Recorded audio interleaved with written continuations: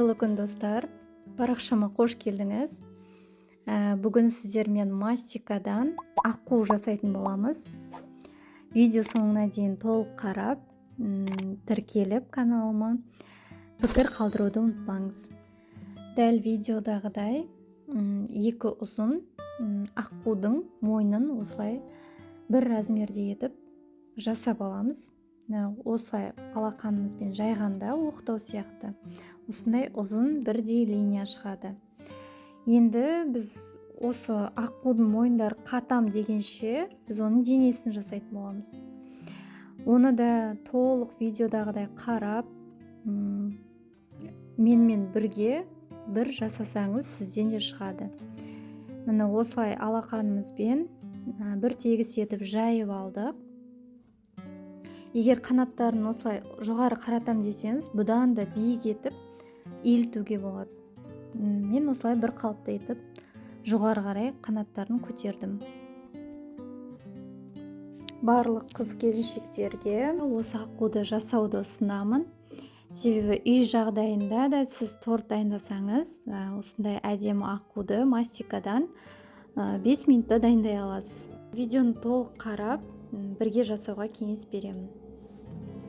Енді аққудың қанаттарын жасайтын боламыз. Бізге ол үшін мастиканы жұқа етіп жайып алу керек. Одан кейін бізге осылай жапырақтың формасы қажет болады. Бірнеше жапырақтарды дәл осылай дайындап аламыз. Бұл біздің денесін толық қаптауға қажет. Сол үшін сіздің аққуыңыздың размері қаншалықты болса, сонша жапырақтарды дайындаймыз.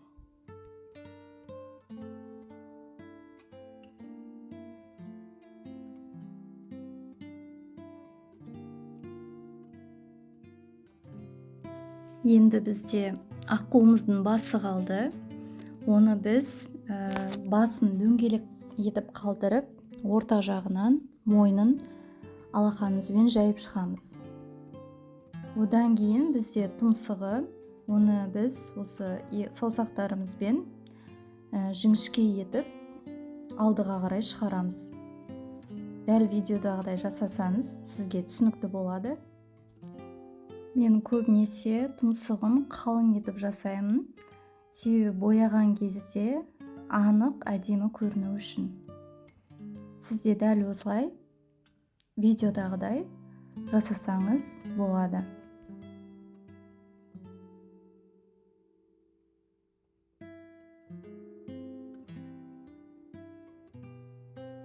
Аққуымыздың басы дайын болды.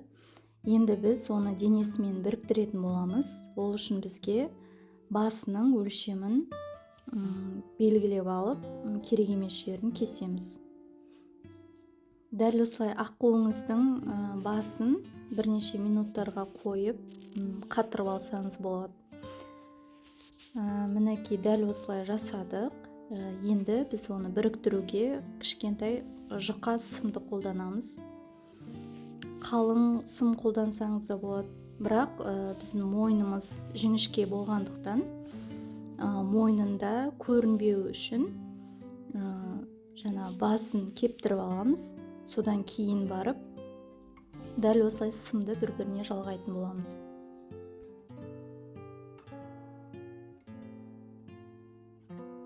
Енді екеуін біріктіру үшін біз сулап аламыз денесін, болмаса гельді қолданатын боламыз.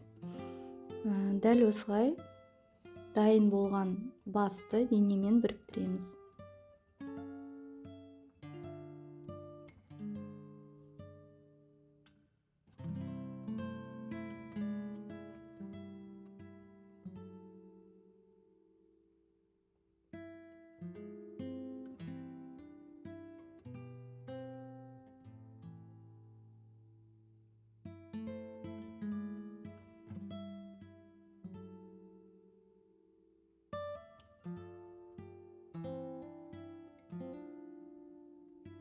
Енді біз денесіне арнайы жасалған жапырақтарымызды дәл осылай рет-ретімен денесіне жабыстыратын боламыз. Ол үшін біз алдымен сулап аламыз. Содан кейін жоғарғы жағынан бастап жапырақтарымызды жабыстыратын боламыз.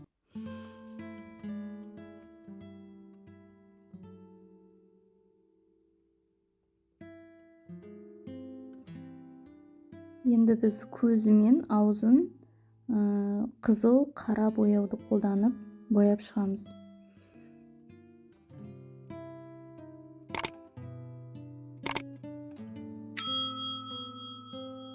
Енді мүсініміз әдемі болу үшін мен кондуринді қолданамын.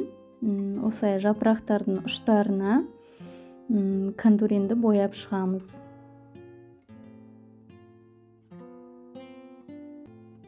Видеоны соңына дейін қарағаныңыз үшін рахмет.